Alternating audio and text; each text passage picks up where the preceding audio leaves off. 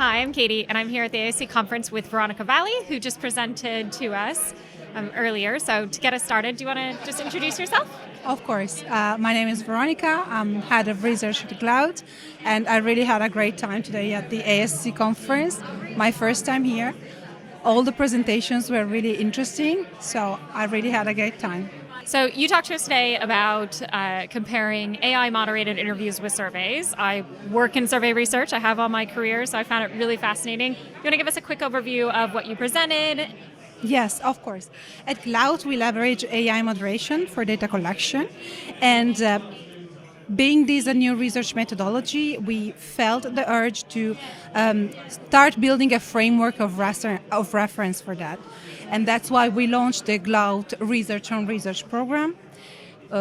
That's a program that allows you to collaborate with independent researchers, academics, practitioners in the field to benchmark AMIs to traditional surveys and other methodologies as well. My talk today was exactly about comparing AMIs to static surveys, and the two experiments presented were conducted, one by the University of Mannheim, one by Human Highway, that's a market research agency in Italy, and both studies compare AMI to static surveys that include some sort of follow-ups. So in AMI, there are dynamically generated follow-up, customized to each respondent's answers. In static surveys, the follow-ups were static, so the same basically for all respondents.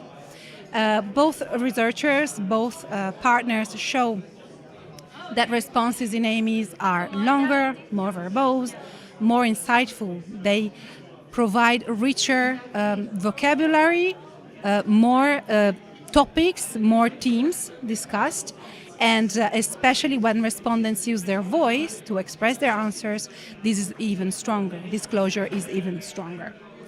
Of course, the studies show some early evidence about this, and we are on a journey to, conduct even more experiments to touch different angles of AMIs.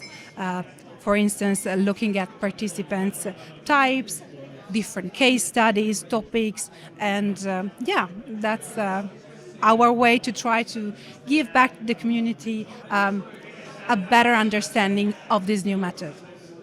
I think it's great that you found a way to really enhance verbatims. I know I've worked in lots of surveys where you get really kind of bland verbatims back. That said, survey research is something that, is a really valuable part of our industry. Absolutely. It's contributing a lot. So when you think about the similarities and the differences that you saw from the AI moderation versus what you saw in surveys, I think you actually mentioned that thematically there were a lot of commonalities, that they didn't sort of fundamentally give you a totally different result, which I think is interesting and quite reassuring in a way. I think it kind of validates the way that people participate in our surveys and kind of give us good feedback, but the depth and the richness that you're getting from the AI moderation was just so much better. So with that in mind and thinking about how different businesses and agencies, use these different tools, or what would you say is the value that this could really bring, and what type of research could it be particularly useful for if I'm trying to decide when to deploy this versus my traditional survey? Yeah. So what we found so far, also in other projects, is that when you want to add a depth and, for instance, figure out why respondents gave a specific rating in a quantitative survey, then open-ended text boxes don't really work. So AI moderation added at that point in time can really help you get an answer for that. It's not like you have to go deep in any type of topics. There are topics where you will always need human moderation, for instance. And for instance, this is happening when you have emotionally hot topics. That's another project we have conducted. So when you want to build, when you need to build an emotional connection with respondents, then just continue with doing human moderation. That's the way to go.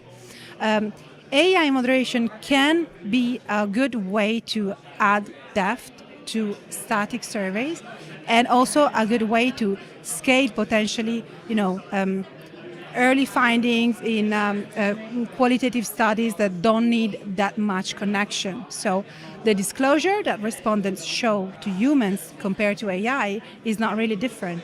That's what we found. I wouldn't say that there is one use case that's namely always the best for AI moderation, but it's more of a, case by case analysis, and really depends a lot on the topic that you're researching. That makes sense. Something else you touched on was the respondent experience of these. Do you want to tell us a little bit about that? Yeah, the respondent experience compared to static surveys was found in both studies to be better, in a sense that respondents always claim to be felt understood. They claim that they find the process easy. They don't find repetitive responses. This is especially a metric that's quite big in static surveys sometimes. It's boring. It can be really long. And AI moderation keeps the attention up a little bit because respondents are more engaged. And so if we can provide a better experience, why not? Well, not just why not. I think, respondents are bread and Source butter. To of me, truth. they're the gold in our industry. And so finding ways to keep them engaged and wanting to continually participate in our research is so important. So I think the benefit to us as researchers of getting better quality responses, of course, that's amazing, but also that it's going to hopefully keep a pool of respondents who want to continue to respond and participate is really, really impressive. Absolutely. Yes. Well, thank you so much. Your presentation was really interesting. Thank everyone else for watching. If you want to see more, please check out other content that we're sharing from the event. Thanks. Thank you.